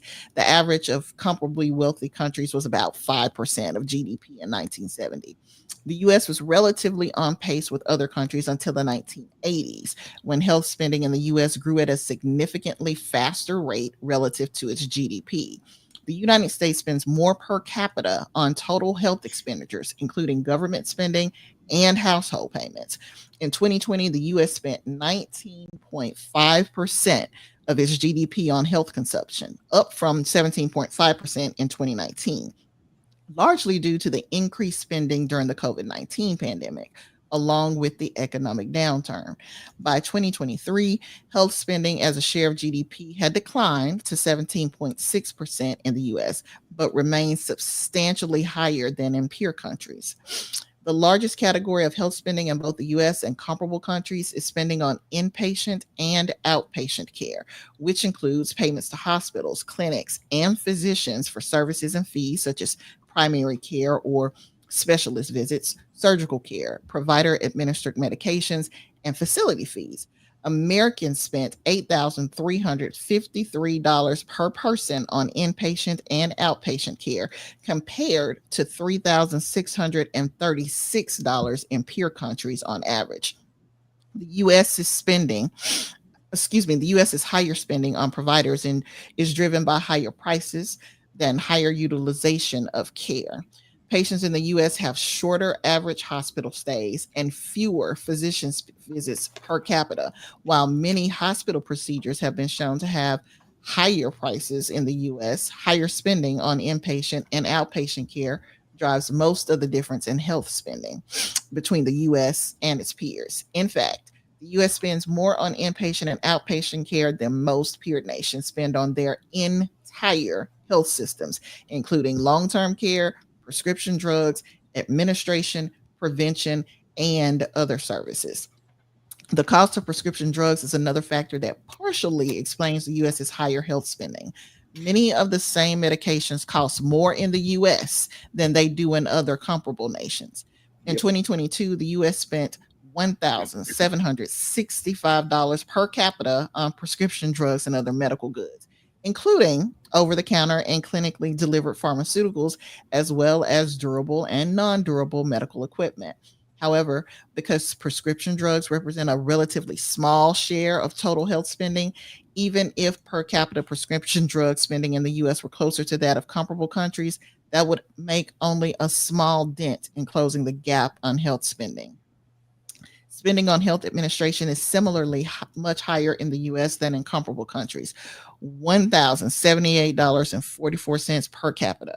Administrative costs include spending on running governmental health programs and overhead from insurers, but exclude administrative expenditures from healthcare providers. This includes administrative spending for private health insurance, governmental health programs such as Medicaid and Medicare, as well as other third-party payers and programs. The U.S. also spends more per capita on preventative care than peer nations. Activities captured in this spending category vary among countries, but in the U.S., it generally consists of public health activities, including preventative health programs and education for immunizations, disease detection, emergency preparedness, and more. In the U.S., preventative care spending more than doubled between 2019 and 2020, from $343 to $741 per capita, but subsequently declined to $649 by 2022. Meanwhile, the only category of spending in which the U.S. spends less than most comparable countries on a per-person basis is long-term care. Long-term care spending includes health and social services provided in long-term care institutions such as nursing homes, as well as home and community-based settings. After an increase from 2019 to 2020 at the onset of the COVID-19 pandemic, U.S. spending on long-term care declined by 4.9% between 2020 and 2021, but increased again by 5.4% between 2021 and 2022. Long-term care spending was already lower in the US than in peer countries before the pandemic.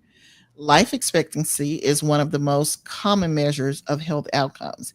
In 1980, the average American could expect to live 73.7 years, a similar life expectancy to residents of most wealthy countries. However, in subsequent years, life expectancy continued growing in most other nations at a pace far beyond that of the US. In 1996, Japan became the first nation to report an average life expectancy of 80 years among its population. By 2012, all peer countries had also achieved this milestone. That same year, life expectancy in the US was 78.5 years and began a decade-long plateau. By 2019, the life of the average US resident would be almost 4 years shorter than the life of the average resident of these comparable nations, 78.8 years versus 82.7 years. This plateau and 4-year gap were already highly concerning, but the health crisis brought on by the COVID-19 pandemic made the situation in the US much worse. For the first time ever recorded, the life expectancy dropped by almost 2 years, from 78.8 in 2019 to 77 in 2020. The pandemic was not unique to the United States, but this stunning life expectancy drop was. The average comparable nation saw a decline of less than half a year, 82.7 to 82.3. By 2023, life expectancy rebounded to 78.4 years, still a full 1.3 years below pre-pandemic levels and over 4 years below the average among peer nations.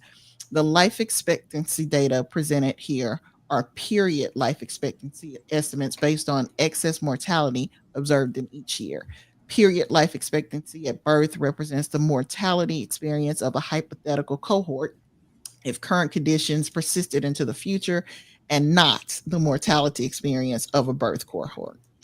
So that's just part of the article. I didn't read it all, but I just think it's very interesting to see that even though we are spending a lot of money, especially individuals, we are faring less well than our other affluent nation peers, so to speak. It makes absolutely no sense. You would think if we spend more, we would be the healthiest nation, but we aren't. We are actually, out of the affluent nations, the least healthy. Right. But where's that money going? Because you spend more money doesn't mean that you're more efficient. I'm gonna tell you. And we talk about waste, fraud, and abuse, absolutely. Because you take at the U.S. military, when they're spending $20 and $30 for a $5 hammer, 3 times as much for a toilet. So you have to. Where is that money going for? Is somebody getting a kickback? My answer is yes to that. So it's a lot of waste, fraud, and abuse right here in our own military. Give me a quick example, and I'm gonna switch the subject in a minute. I remember I used to work with a lot of schools, selling equipment to schools, right? And at the end of the year, or before the end of the year, these teachers had to spend the money in their budget. And this is one way to curtail this too. Whether they needed the equipment or not, they had to buy something. And maybe I'm sure it happens in Arkansas, Mike. I know it happens in California. You probably already know. Yep. There are warehouses of unused equipment, warehouses, because they have this rule, which I think is a dumb rule, and I think you could change things by just changing this rule. You use it or lose it. Instead of saying, okay, you've got $10,000 in your budget, whatever you don't use, then the balance can carry over to the next period. And then you would have to submit a form and justify why you need more money. Okay. Instead of forcing these people, I know because I work with the school systems, I'm talking about elementary through high school, and they had to buy something. And it's a doggone shame. It's a shame. I'm gonna switch subjects anyway to something else very good, Mike. I'm going to switch something to something right now, which is make my feet hurt. Let's put it like that. Okay. And this is, check this out. All right. For no reason. I'm born here. You said you're born here? Yeah, I'm born here. Kings County Hospital, Brooklyn. I'm born here. I'm gonna get on my fucker. Yeah, broke that. Suck my. Yo, suck. So they got a black man pinned up against the wall in New York. And as he said, I was born here. I'm an American. Wait, you were born here? Did you hear the idiot? You know, that gang of idiots that ran him up against the wall and was violating his rights in this country? I'm actually tired of people then seeing videos like that and then saying, man, that lawsuit's coming. He better get his lawsuit ready. Man, we're tired with these lawsuits. Fine, get your money, but I don't even think that's even going to happen. But as I mentioned, this fascist in the White House is asked about Representative Dan Goldman, who was talking about new ways to go after these ICE agents that do things like that. What's your reaction to Representative Dan Goldman calling on NYPD to arrest ICE agents who he says are acting illegally? He says they are illegally assaulting people and illegally detaining people at immigration courts in New York. Well, you know, I know Dan, and Dan's a loser. You understand. He's a guy that doesn't have what it takes. He's been trying so hard, and they're exhausted. I mean, okay. All right. Let me go back here. Let's stop this. Okay, we're going to go here. Okay. That was just one example. And the Supreme Court has given this administration the green light to stop people based on their race, which I think is, I'm not going to say this is a family show, but it's a shame. It is a shame. And they stopped this man. Apparently, they didn't have any reasonable or suspicion they could articulate. They stopped him because he was black. That is a shame. You see them even attacking reporters, female reporters, male reporters. Okay? These clowns even shot a U.S. Marshal last week in the hand. Did you guys hear about that? I've got another clip I don't have time to play, but they are untrained. I've said over and over again, you're not supposed to put an 18-year-old on the street arresting people. At 18 years old, I wasn't making very good decisions. You know, I make mistakes today, but at 18 years old, okay. And also you're finding out that they are failing drug tests. They haven't even completed their background checks. They're putting criminals in ICE. I mean, making them part of it. And on top of that, giving them a $50,000 bonus to sign up. This is a shame. And I've said it before, I'm going to say it again. That department needs to be completely overhauled. You got Ice Barbie running around, you know, cosplaying. Yeah, absolutely. And she just got 2 new jets to the tune of 100, I think close to $90 million or $80 million, 2 jets. So she can fly around and play law and order. This is a shame. I'm sorry, I missed part of that. Who got that? Christy Nome. Christy Nome. Okay, I missed the name. Go ahead. For what? For what? Come on, and you talk about, and this is supposed to be the administration that's supposed to be cutting back on waste, fraud, and abuse, but you're going out and abusing your citizens, and you throwing ICE in these cities. But check this out. I don't like the idea at all. I think I could not accept it if he were to do that in all cities. But if you notice what he's doing, he's putting it only in blue cities. Okay, in blue cities and states.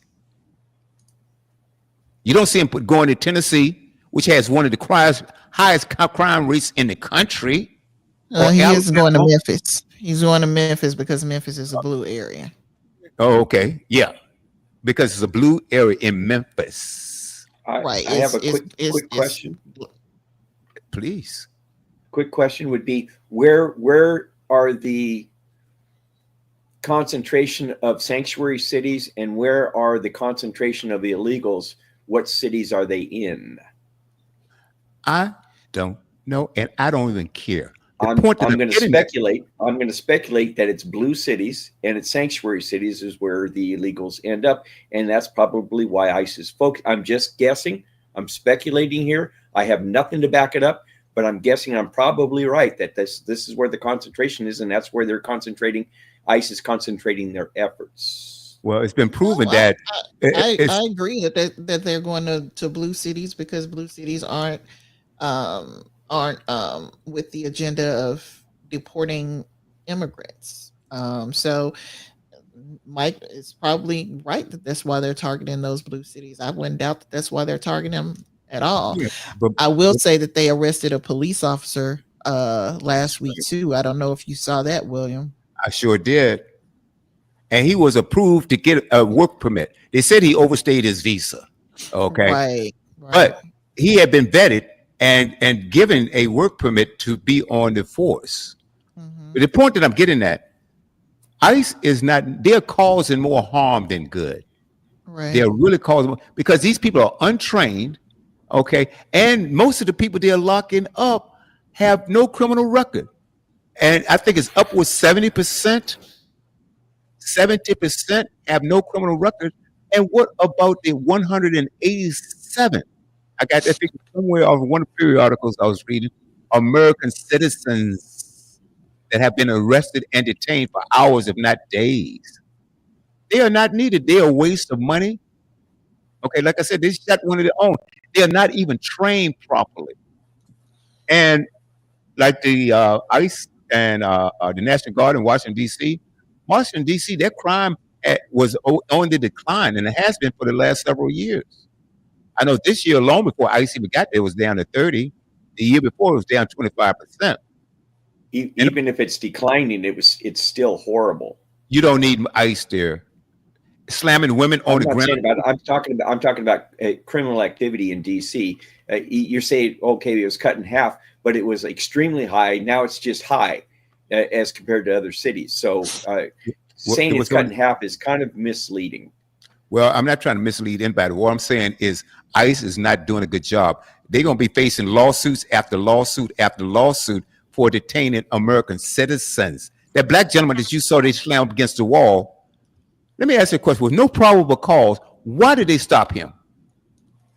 Well, you got to know what their probable cause was. Maybe they know something that wasn't in that clip that you didn't get to hear. Maybe there was something else that indicated that he was possibly this person and it's maybe mistaken identity. I don't know, but we've already talked about this as far as reasonable articulable suspicion and probable cause in order to go after somebody. You can't just go, oh, they're Hispanic, they're black, they're Asian, whatever. You can't do that. This is America. That's what they're doing. I'm totally against that stuff. Now, while I've got the air here for a second, I would also like to say, and I believe I said this last week or the week before, you should not be a law enforcement officer in the United States unless you're 25 years old and a citizen and properly trained.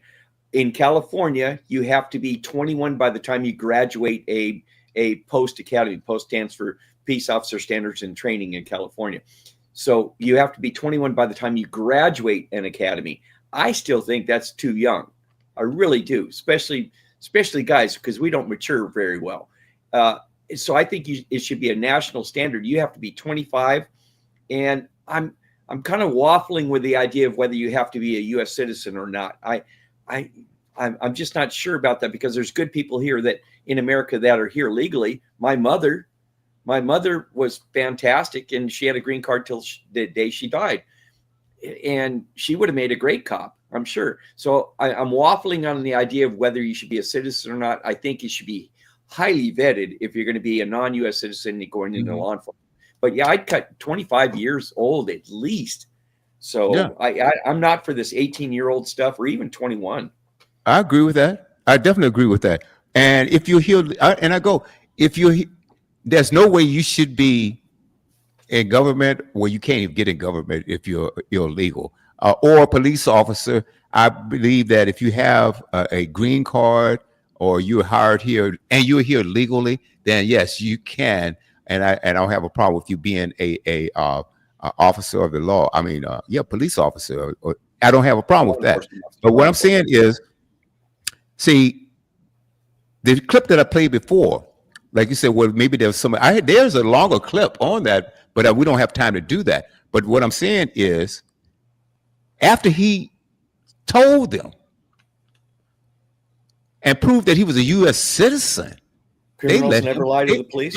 Immediately they let him go without doing a long investigation. Okay, so no, they stopped him because he was black. Because if they had probable cause, let's say someone had committed a crime like robbing a store or robbing someone or stealing or whatever it is, and Mike, you know this better than I do.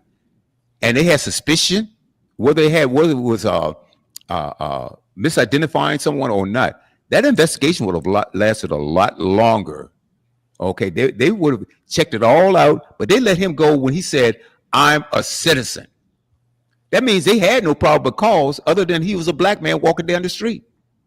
And criminals never lied to the cops, right? I don't think. No, hold on. That has nothing to do with what I'm saying is. So if I say I'm a U.S. citizen, then the cops have to believe him because cops never get lied to, right? No, that's not the point. Oh, no, buddy. I can't let you get away with that one. What I'm saying is, if they have a crime or suspicion of a crime, yeah, people lie to cops all the time.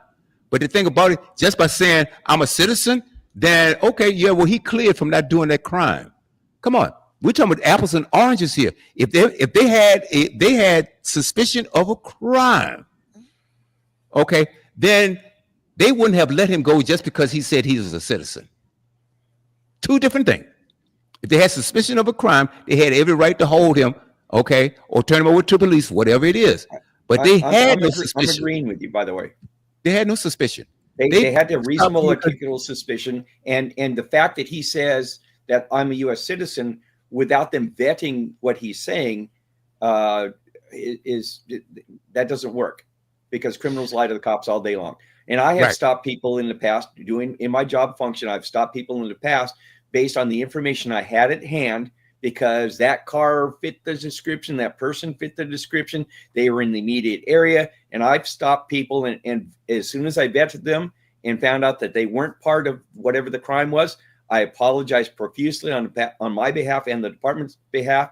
And I said, I hope you understand, this is what happened. This was the information I had at hand. And I hope you understand, I'm just trying to do my job. It's okay. I've stopped people that weren't criminals. That's okay. But also you stop them because there was a crime that had happened, or you had suspicion that there was a crime, or there was something that related that person to the crime that you were investigating. You were investigating. These people are just snatching people off the street. And like you said before, and thank you for agreeing with that, is that they had no suspicion. They stopped him because he was black. And the Supreme Court. We don't know. You're we do know to some degree here. Why else? Why else would this? Did I say we snatched him up because he's black? Of course, they wouldn't say that. They're not going to say that. Why did you stop? Why did you snatch him up? That would be the question I want to know. Well, because we already know, because he was black. Well, they had no crime. There was no crime that was being committed or had been committed. You don't know that. I think they probably are more likely to say why would they let him go? Why would they let him go? Because of the color of their skin, because the Supreme Court has given them the right to do that. They've given them the green light to do that, Mike. So I mean, they've given them the authority to basically profile people. Yep. And that's wrong. It is definitely wrong, but they've given them the authority to do that, and they're exercising that authority. Now, I would have doubted that someone with skin as dark as mine would be targeted, but apparently that's changing too, because as we know, they've raided an apartment complex that was occupied by mostly Black people recently in the Chicago area. So it's it's not hard for people who look like me to see that once you get to a point where you are violating due process rights, that it's going to come forth. It's not going to just affect one group of people. It's most definitely going to affect Black people. It's going to affect Native American people. It's going to affect Hispanic people.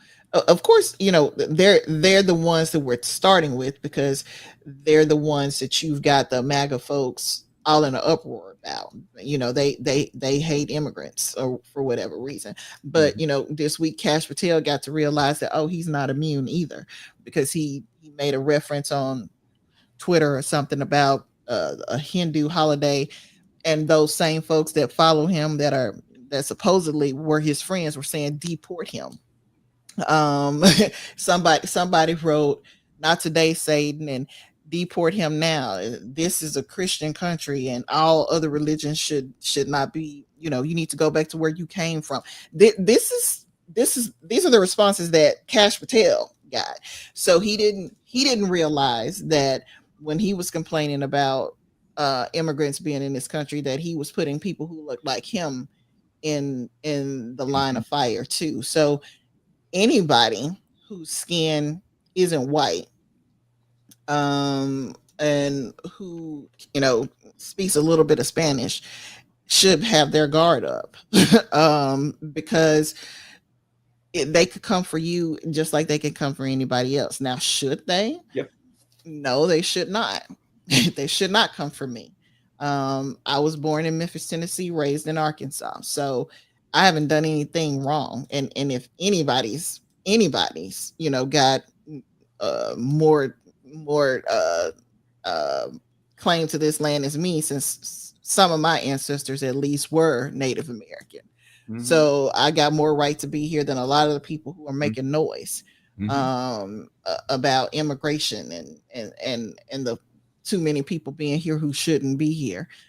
I think we are in a very perilous situation, because whenever you give people the opportunity to break the law, to sidestep the law, to bend the law, whatever you want to call it, they're always going to take it further than just this little step on the line, as we can see by what the White House has been doing and what ICE has been doing.